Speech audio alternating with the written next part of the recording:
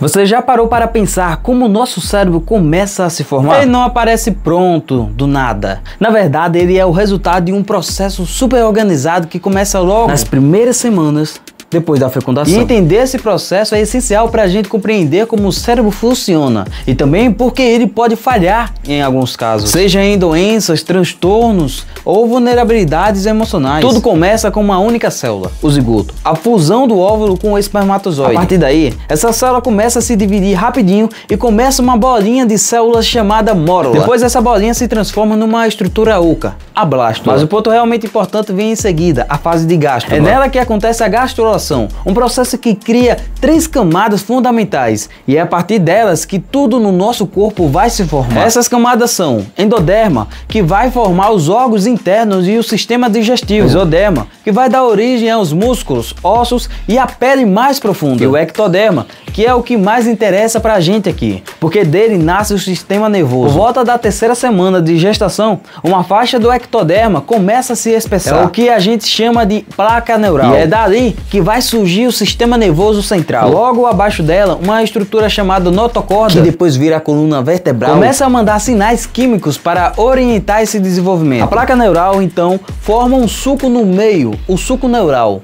E com o tempo, as bordas começam a se dobrar e se unem, formando o tubo neural. Esse tubo vai ser o esqueleto do nosso sistema nervoso. Dele surgem o cérebro, o tronco encefálico e a medula espinal. E das laterais do tubo surgem pequenas estruturas chamadas cristas neurais, que darão origem ao sistema nervoso periférico. Depois disso, o tubo neural começa a se expandir e se dividir em 3 partes principais: o prosencefalo, o mesencefalo e o rombencefalo. Essas partes vão se transformar nas estrutura que a gente conhece hoje. O prosencefalo vira o telencefalo, que é os hemisférios cerebrais, e o desencefalo é onde estão o tálamo e o hipotálamo. O mesencefalo continua com o mesmo nome, e o rombencefalo se divide em metencefalo, que forma a ponte e o cerebelo, e o mielencefalo é o que dá origem ao bulbo. Essas divisões já mostram o quanto o cérebro é planejado desde o começo. Conforme o embrião cresce, o tubo neural vai se curvando para se adaptar ao espaço e começar a ganhar forma tridimensional, até se transformar no que conhecemos como encefalo. A parte da frente forma o cérebro e a parte de trás se forma a medula espinal. Dentro desse tubo acontece algo incrível. As células progenitoras neurais começam a se multiplicar rapidamente. Isso é a proliferação neuronal. Essas células vão se especializando, se transformando em neurônios ou células da glia e depois migram para o lugar exato onde precisam ficar. Mas esse processo é super delicado. Se algo der errado, pode surgir problemas sérios, como lisencefalia ou heterotopia cortical,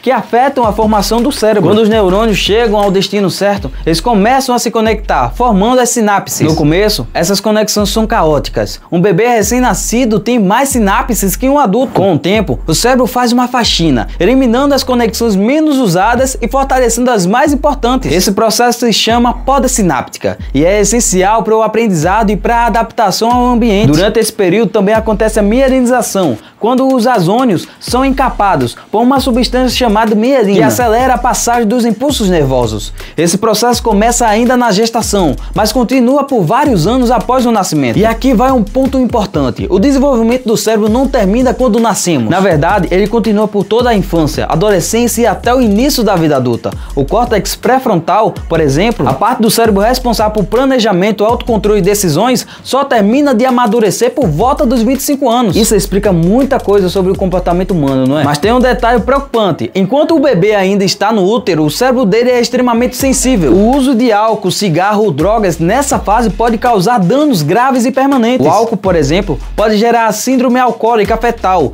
que traz dificuldade de aprendizado, problemas de comportamento e até alterações físicas. E mais uma coisa, não existe uma dose segura de álcool na gravidez. Esses efeitos podem acompanhar a pessoa pro resto da vida, afetando desde o desempenho escolar até o comportamento social e emocional. No fim das contas, o desenvolvimento embrionário do cérebro é uma das coisas mais fascinantes e delicadas da biologia. É lá, nas primeiras semanas de vida, que são colocadas as bases da nossa mente, da nossa forma de pensar, sentir e agir. Entender esse processo é entender por que somos como somos, forte nas nossas capacidades cognitivas, mas ao mesmo tempo tão vulneráveis emocionalmente.